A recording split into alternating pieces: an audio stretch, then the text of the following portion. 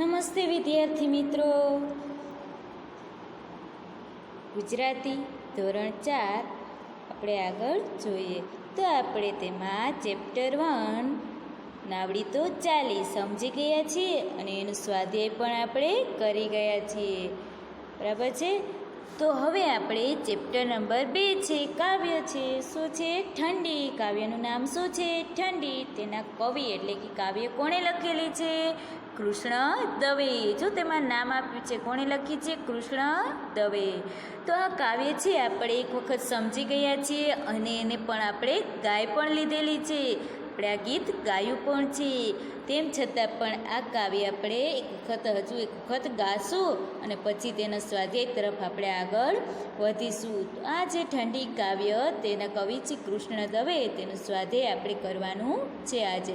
તો આપણે એક વખત આ કવિતા ગાશું અને પછી તેના સ્વાધ્યાય તરફ આપણે આગળ વધીશું. તો ચાલો, તમે બધા પણ મારી સાથે ગાશો ને આ કવિતા. તો તમારે પણ મારી સાથે આ કવિતા ગાવાની છે.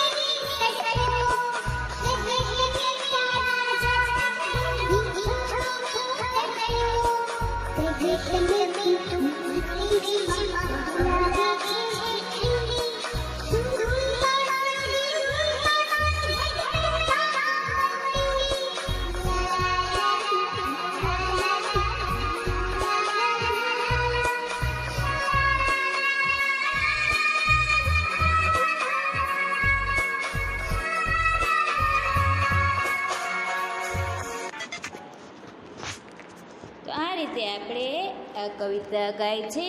હવે એને સ્વાધ્યાય તરફ આપણે આગળ વધીશું. તો તેનું સ્વાધ્યાય છે જોવું જોઈએ. તેમાં સ્વાધ્યાયમાં પ્રશ્ન નંબર 1 આપ્યું છે. નીચેના પ્રશ્નોના ઉત્તર એક એક વાક્યમાં લખો. કે આ નીચે જે પ્રશ્ન આપ્યા છે એના ઉત્તર એટલે કે જવાબ આપણે એક એક વાક્યમાં લખવાના રહેશે. બરાબર છે. તો ચલો, પ્રશ્ન 5 આપણે પ્રશ્ન નંબર 1ના કુલ 5 ક્વેશ્ચન આપ્યા છે. કેટલા આપ્યા છે? 5 ક્વેશ્ચન આપ્યા છે. તો પહેલો જ ક્વેશ્ચન છે, ફ્રીજમાં ઠંડી કોને લાગે છે? તો કે ફ્રીજમાં ઠંડી ટમેટાને લાગે છે. કોને લાગે છે? ટમેટાને. યાદ કરવો જોઈએ. આપણે કવિતા 2 વખત ગાઈ લીધી છે, સમજી લીધી છે, તો હવે તો યાદ આવવું જોઈએ ને. તો ફ્રીજમાં ઠંડી કોને લાગે છે? તો ફ્રીજમાં ઠંડી ટમેટાને લાગે છે. આપણે એ રીતે લખવાનું છે કે ફ્રીજમાં ઠંડી ટમેટાને લાગે છે. ક્વેશ્ચન નંબર 2, એમાં શું આપ્યું છે કે ટમેટું બંડી પહેરાવવા કોને કહે છે? ચલો યાદ કરો, કોને કહે છે બંડી પહેરાવાનું? તો કે ટમેટું બંડી પહેરાવવા દૂધી માસીને કહે છે. કોને કહે છે? દૂધી માસીને કહે છે. કે ટમેટું બંડી પહેરાવા દૂધી માસીને કહે છે. આ રીતે આપણે લખવાનું છે.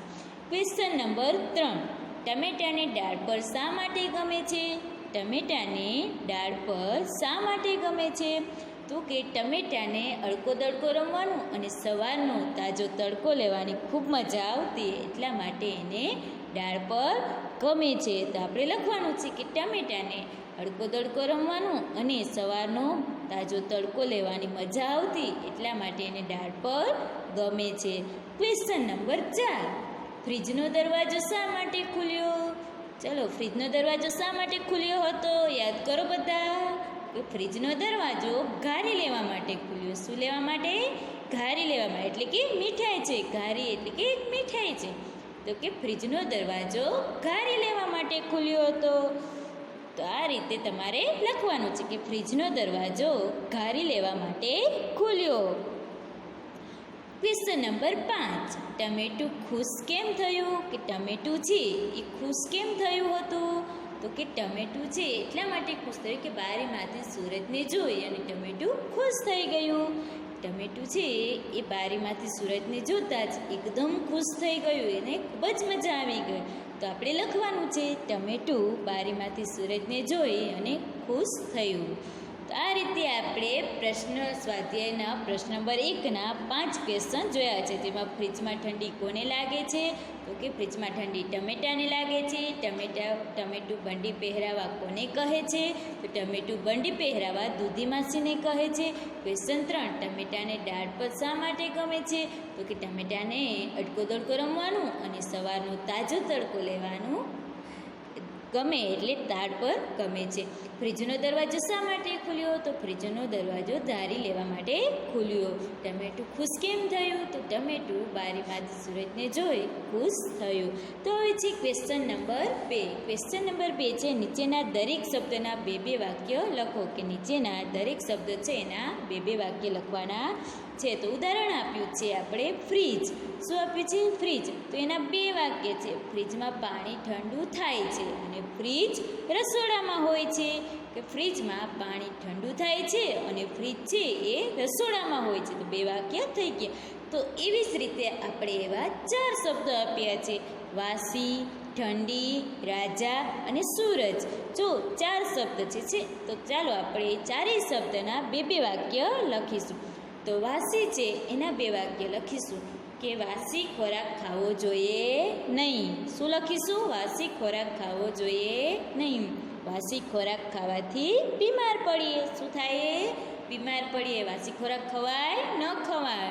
તો આપણે વાસીના 2 વાક્ય લખ્યા છે કે વાસી ખોરાક ખાવો જોઈએ નહીં અને વાસી ખોરાક ખાવાથી બીમાર પડીએ. તો પછી છે શબ્દ બીજો ઠંડી. શું છે? ઠંડી. તો ઠંડીના 2 વાક્ય લખીશું કે શિયાળામાં ખૂબ જ ઠંડી લાગે છે અને ઠંડીની ઋતુમાં ગરમ કપડાં પહેરવા જોઈએ.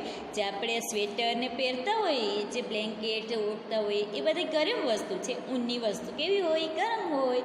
તો આપણે ઠંડીના 2 વાક્ય લખ્યા કે શિયાળામાં ખૂબ જ ઠંડી લાગે છે અને શિયાળાની ઋતુમાં ગરમ કપડાં પહેરવા જોઈએ. પછી છે શબ્દ 3 રાજા. તો રાજા વિશે 2 વાક્ય લખીશું. તો પેલું જ છે કે રાજા એ પ્રજાનું રક્ષણ કરે છે. રાજા છે એ પ્રજાનું રક્ષણ કરે છે અને રાજાની માથે મુગટ ખૂબ જ સરસ લાગે છે. રાજાની માથે મુગટ ખૂબ જ સરસ લાગે છે. તો આ રીતે આપણે રાજાના 2 વાક્ય લખીએ છીએ કે રાજા એ પ્રજાનું રક્ષણ કરે છે અને રાજાની માથે મુગટ ખૂબ જ સરસ લાગે છે. પછી છે શબ્દ ચોથો સૂરજ. શું છે? સૂરજ. તો એના 2 વાક્ય લખીએ. તો પેલા વાક્ય 1 છે શિયાળામાં સૂરજનો તડકો ખૂબ જ ગમે છે. શિયાળામાં સૂરજનો તડકો ખૂબ જ ગમે છે. અને બીજું છે ઉનાળામાં સૂરજ ખૂબ જ ગરમ એટલે કે તપતો હોય છે. ઉનાળામાં સૂરજ ખૂબ જ ગરમ હોય છે. તો આ રીતે આપણે સૂરજના 2 વાક્ય લખ્યા છે કે શિયાળામાં સૂરજનો તડકો ખૂબ જ ગમે છે અને ઉનાળામાં સૂરજ ખૂબ જ ગરમ હોય છે. તો આ રીતે આપણે દરેક શબ્દના 2 વાક્ય બનાવ્યા છે. હવે છે ક્વેશ્ચન નંબર 3. નીચે આપેલા 2 શબ્દ પરથી એક વાક્ય બનાવો. જો ઉપર પ્રશ્ન નંબર 2માં આપણે એક જ શબ્દ હતો અને 2 વાક્ય લખવાના કીધા હતા, તો આમાં આપણે 2 શબ્દ છે અને વાક્ય એક જ લખવાનું કીધું છે. તો ચાલો ઉદાહરણ જોઈએ. ટમેટું ને પંખો 2 શબ્દ થઈ ગયા. હવે એનું આપણે વાક્ય જોઈએ કે પંખા નીચે ટેબલ પર ટમેટું પડ્યું છે. કે પંખો છે એની નીચે ટેબલ છે અને એની ઉપર એક ટમેટું પડ્યું છે. તો જો પંખો અને ટમેટું 2 શબ્દ છે એક વાક્યમાં સમાઈ જાય છે. તો એ જ રીતે આપણે એવા 3 આપ્યા છે કે મોબાઈલ ને બોલપેન, દૂધી અને ચોપડી, તડકો અને બરફ. તો આ ત્રણેયનું આપણે વાક્ય બનાવવાના રહેશે. તો ચલો, મોબાઈલ અને બોલપેન. તો મોબાઈલ અને બોલપેનનું આપણે એક વાક્ય બનાવશું. હું મોબાઈલમાંથી વિડીયો જોઈ બોલપેન વડે લખું છું. હું મોબાઈલમાંથી વિડીયો જોઈ બોલપેન વડે લખું છું. પછી છે દૂધી અને ચોપડી. જો એમાં મોબાઈલ અને બોલપેન બેયનો આપણે ઉપયોગ કર્યો છે કે હું મોબાઈલમાંથી વિડીયો જોઈ બોલપેન વડે લખું છું. પછી છે દૂધી અને ચોપડી. હું મારી ચોપડીમાં દૂધીનું ચિત્ર બનાવું છું. જો દૂધી અને ચોપડી બેયનો સમાવેશ થાય છે કે હું મારી ચોપડીમાં દૂધીનું ચિત્ર બનાવું છું. તો ચોપડી અને દૂધી બંનેનો સમાવેશ થયો છે. ત્યાર પછી છે તડકો અને બરફ. શું છે? તડકો અને બરફ. તો તડકો આવવાથી બરફ પીગળી ગયો. જો તડકો અને બરફ બેયનો સમાવેશ આપણે આ વાક્યમાં કર્યો છે કે તડકો આવવાથી બરફ પીગળી ગયો. તો આ રીતે આપણે પ્રશ્ન નંબર 2માં શું કર્યું હતું કે એક જ શબ્દ છે એના બે વાક્ય લખ્યા છે, અને પ્રશ્ન નંબર 3માં 2 શબ્દ આપ્યા છે એક જ વાક્ય બનાવ્યું છે. જેમ મોબાઈલને બોલપેન છે કે હું મારા મોબાઈલમાંથી વિડીયો જોઈ બોલપેન વડે લખું છું, અને હું મારી ચોપડીમાં દૂધીનું ચિત્ર બનાવું છું. અને ત્રીજું છે તડકો આવવાથી બરફ પીગળી ગયો. તો આ રીતે આ 3 આપણે 2 શબ્દના એક વાક્ય બનાવ્યું છે, અને પ્રશ્ન નંબર 2માં એક શબ્દના 2 વાક્ય બનાવ્યા છે, અને આપણે પ્રશ્ન નંબર 1માં 5 પ્રશ્નોના જવાબ આપ્યા છે.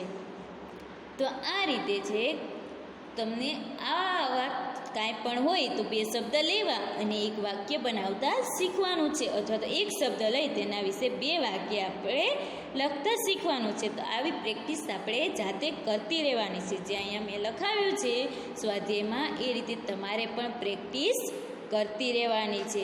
ત્યાર પછી આપણે નેક્સ્ટ ક્વેશ્ચન તરફ આગળ વધીશું. તો ચાલો નેક્સ્ટ પ્રશ્ન તરફ આગળ વધીએ.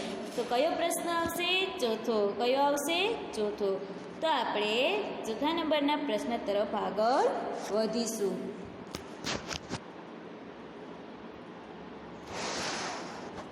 તો ચાલો આપણે હવે પ્રશ્ન નંબર 4 તરફ આગળ વધશું કે પ્રશ્ન નંબર 4 શું કરવાનું કહે છે.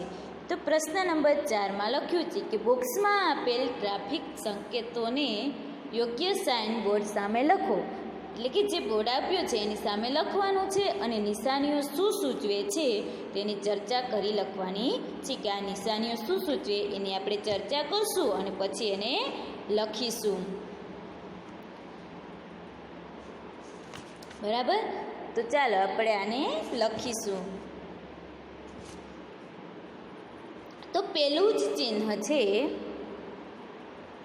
એ શેનું છે? જો એક માણસ છે એ ચાલીને જઈ રહ્યો છે પણ તેની ઉપર લીટી મારેલી છે, એટલે જો જે ચિહ્નમાં લીટી મારેલી હોય એ આપણે કરવાની મનાઈ કરે છે, કે એ તમારે કરવાનું નથી. તો આપણે હવે કાઉન્સમાં જો શબ્દ આપ્યા છે જોઈ લઈએ. No parking, railway gate, no horn, speed breaker, zebra crossing, no entry. તો આ શબ્દને આપણે આ ચિહ્નોની સામે મૂકવાના છે અને એની બાજુમાં એનો એટલે કે ચર્ચા કરી આપણે લખવાનું રહેશે.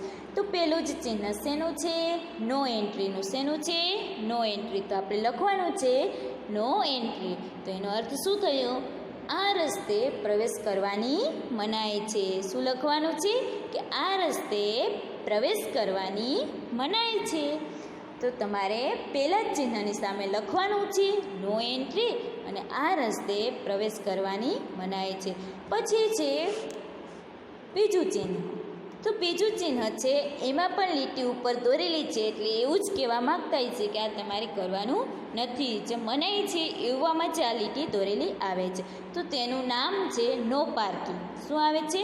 નો પાર્કિંગ. પહેલું નો એન્ટ્રી એટલે કે આ રસ્તે પ્રવેશ કરવાની મનાઈ છે. બીજું છે નો પાર્કિંગ. તો એમાં શું અર્થ થાય છે? કે આ જગ્યાએ વાહન પાર્ક કરવાનું નથી, કે આ જગ્યાએ તમારે વાહન ઊભું રાખવાનું નથી, એટલે પાર્ક કરવાનું નથી. તો બીજામાં લખવાનું છે નો પાર્કિંગ, અને આ જગ્યાએ વાહન પાર્ક કરવાનું નથી. પછી છે ત્રીજું, જો માણસ ચાલીને જઈ રહ્યો છે એવું મને દેખાય છે, એટલે કે આપણે દેખાય છે, તો એમાં શું સૂચવે છે? Zebra crossing. શું સૂચવે છે? Zebra crossing. તો એનો અર્થ શું થશે? કે આ જગ્યાએથી રસ્તો ઓળંગવો, એટલે કે આ જગ્યા ઉપરથી તમે જઈ શકો છો. તો શું સૂચવે છે? કે આ જગ્યાએથી રસ્તો ઓળંગવો. તો ત્રીજામાં લખવાનું છે ઝીબ્રા ક્રોસિંગ, અને એની સામે લખવાનું છે આ જગ્યાએથી રસ્તો ઓળંગવો. બરાબર છે. ત્યાર પછી છે ચોથા નંબરનું ચિહ્ન. જો ચોથા નંબરના ચિહ્ન પર જોશો તો એમાં શું બતાવે છે? કે ઢોળાવાળા ટોપી જેવું દેખાય છે, પણ નહીં. આપણે શું લખવાનું છે? Speed breaker. શું લખવાનું છે? Speed breaker. તો એનો અર્થ શું થશે? અહીં આગળ બમ્પ છે માટે વાહન ધીમું ચલાવવું. સ્પીડ બ્રેકર ચિહ્નની સામે લખવાનું છે સ્પીડ બ્રેકર, અને લખવાનું છે અહીં આગળ બમ્પ છે માટે વાહન ધીમે ચલાવો. પછી છે પાંચમા નંબરનું, એ શું સૂચવે છે? જો એમાં ઉપર લીટી દોરેલી છે એટલે કંઈક નો જ બતાવતા હશે, કે એનો મિનિંગ ના જ આવતો હશે. તો તેનું નામ છે નો હોર્ન. શું આવશે? નો હોર્ન. જે પાવો કહીએ છીએ એ હોર્ન કરવાની મનાઈ કરે છે, નો હોર્ન. તો તમારે સામે લખવાનું છે આ જગ્યાએથી વાહન પસાર કરો ત્યારે હોર્ન કરવાનું નથી, એટલે હોર્ન વગાડવાનું નથી. તો નો હોર્ન, અને તમારે લખવાનું છે કે આ જગ્યાએથી વાહન પસાર થાય ત્યારે હોર્ન વગાડવાનું નથી. તો તમારે આ રીતે પાંચમામાં લખવાનું છે. ચિહ્ન છે, ચિહ્નની સામે તમારે નો હોર્ન લખવાનું છે, અને એની સામે એનો અર્થ એ થશે કે આ જગ્યાએથી વાહન પસાર થાય ત્યારે હોર્ન વગાડવાનું નથી. પછી છે છેલ્લું છઠ્ઠા નંબરનું છે, તે જો રેલના ફાટા જેવું, તે ફાટક જેવું આપણને પાટા જેવું બતાવે છે ને, તો એ છે રેલવે ગેટ. શું છે? રેલવે ગેટ સૂચવે છે. તો તમારે એની સામે લખવાનું છે રેલવે ગેટ. શું લખવાનું છે? Railway gate. બરાબર છે. તો આગળ એમાં પછી એનો અર્થ એ થશે કે આગળ રેલવે ગેટ છે માટે સાવધાની રાખીને વાહન ચલાવો. આગળ રેલવે ગેટ છે માટે સાવધાની રાખીને ચલાવો. તો આપણે આ જે ચિહ્ન છે છઠ્ઠા નંબરનું એની સામે લખવાનું છે રેલવે ગેટ, અને એની આ પછી સામે એનો અર્થ લખવાનો છે આગળ રેલવે ગેટ છે માટે સાવધાની રાખીને વાહન ચલાવો. તો આ રીતે આપણે ચિહ્નોને ઓળખવાના છે અને તેને સમજવાના છે કે આ શું સૂચવે છે, આ ચિહ્ન છે આપણે શું કહેવા માગે છે. તો તમે જ્યાં ફરવા જાઓ ત્યારે તમારે જે ચિહ્ન દેખાય તો તેનો તમારે અર્થ સમજવો અને જોવું કે આપણને શું સૂચવે છે. તો આ ચિહ્ન જો આપ્યા છે તો એ ચિહ્નને તમારે ધ્યાનથી જોવો, અને તેમાં જે નામ લખ્યા છે પેલું છે નો એન્ટ્રીનું છે કે આ રસ્તેથી પ્રવેશ કરવાની મનાઈ છે. બીજું છે નો પાર્કિંગનું છે કે આ જગ્યાએ વાહન પાર્ક કરવા નહીં. ત્રીજું છે ઝીબ્રા ક્રોસિંગનું છે, તો એ શું કહેવા માગે છે કે આ જગ્યાએથી રસ્તો ઓળંગવો. અને ચોથું છે એ સ્પીડ બ્રેકર છે. શું છે? સ્પીડ બ્રેકર, કે અહીં આગળ બમ્પ છે માટે વાહન ધીમું ચલાવવું.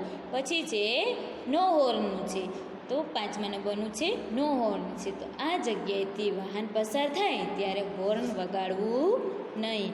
અને છઠ્ઠું છે રેલવે ગેટ. શું સૂચવે છે? Railway gate. તો આગળ રેલવે ગેટ છે માટે સાવધાની રાખી વાહન ચલાવો. તો આ રીતે આપણને આ ચિહ્નો ઉપરથી ઘણું શીખવા મળે છે કે જ્યાં તમે જાઓ છો ત્યાં તમને આવા ચિહ્ન જોવા મળે તો એ ચિહ્નનો તમને નામ પણ આવડવું જોઈએ અને એનો અર્થ પણ તમને ખબર હોવો જોઈએ. તો તમારે આ રીતે આવા ઘણા બધા ચિહ્નો હોય છે તો તેની તમારે જાણકારી મેળવવાની રહેશે. તેમના નામની ખબર હોવી જોઈએ અને તેમના અર્થને એટલે કે તેની ચર્ચા કરવાની એટલે કે તેનો મિનિંગ શું થાય છે એ પણ આપણે જાણવું જોઈએ. બરાબર છે. તો આ રીતે તમારે બધા જ ચિહ્નોને ઓળખવાના છે, સમજવાના છે અને એના નામને પણ યાદ રાખવાના છે. તો આ તમારે તમારી પાઠ્યપુસ્તકમાં પૂરી લેવાનું છે. બધાએ જ પેન્સિલથી લખી લેવાનું છે. અત્યારે જે હું સ્વાધ્યાય કરાવું છું એ બધા જ સાથે સાથે લખતા જાજો અને સ્વાધ્યાય પૂરું કરવાનું છે. બરાબર છે. તો આ તમારે હોમવર્કમાં પણ આવશે. તો આ રીતે તમારે આ પૂર્ણ કરવાનું રહેશે. તો હવે આપણે પ્રશ્ન નંબર 4 જોઈ ગયા છીએ. હવે નેક્સ્ટ પ્રશ્ન તરફ આપણે આગળ વધીશું. તો નેક્સ્ટ પ્રશ્ન છે 5. કયો છે? પ્રશ્ન નંબર 5 છે.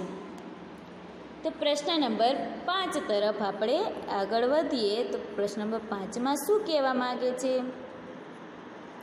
તો કે પ્રશ્ન નંબર 5માં નીચેની કાવ્ય પંક્તિઓ સ્વચ્છ અને સુવાચ્ય અક્ષરે લખો. એટલે કે સ્વચ્છ એટલે કે સારા, ચોકસાઈ. સ્વચ્છ એટલે કે ચોકસાઈથી, સુવાચ્ય એટલે કે ખૂબ જ સારા અક્ષરેથી, એટલે વાંચી શકાય એવા અક્ષરે લખવાનું છે.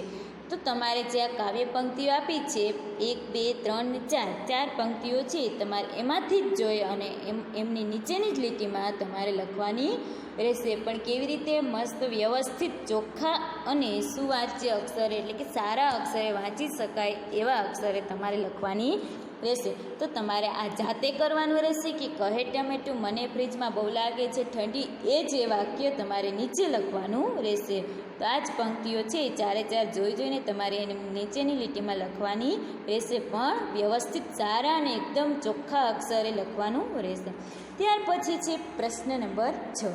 શું છે? પ્રશ્ન નંબર 6. તો પ્રશ્ન નંબર 6 કાવ્ય પંક્તિ પૂર્ણ કરો. એટલે કે મેં તમને જો કાવ્ય પાકી કરવા પણ આપેલી છે અને લખવા પણ આપેલી છે. તો તમારે પાકી કરીને લખશો તો વધારે સારું રહેશે. અને જો પાકી ન થઈ હોય તો એમાંથી તમને કાવ્ય આગળ આપેલી જ છે, પાકી કરીને પછી આમાં લખવાની છે કે આના કરતાં ત્યાંથી ચાલુ કરવાનું અને ઊંઘનું નામ આવે ત્યાં સુધી આ કાવ્ય લખવાની છે, એટલે પંક્તિ લખવાની છે. એમાં શું આવશે? આના કરતાં હતા ડાળ પર રમતા અડકો દડકો, મીઠો મીઠો મને જ લાગતો એ સવારનો તડકો, અહીં બસતો છે ઠંડી ઠંડી અને બરફના ગામ, કોણે ફ્રીજ બનાવ્યું જેમાં નથી હૂંફનું નામ. તો આ પંક્તિ આપણે આમાં લખવાની રહેશે. તો તમારે આ પંક્તિ છે કાવ્યમાંથી જોઈને લખી લેવાની છે.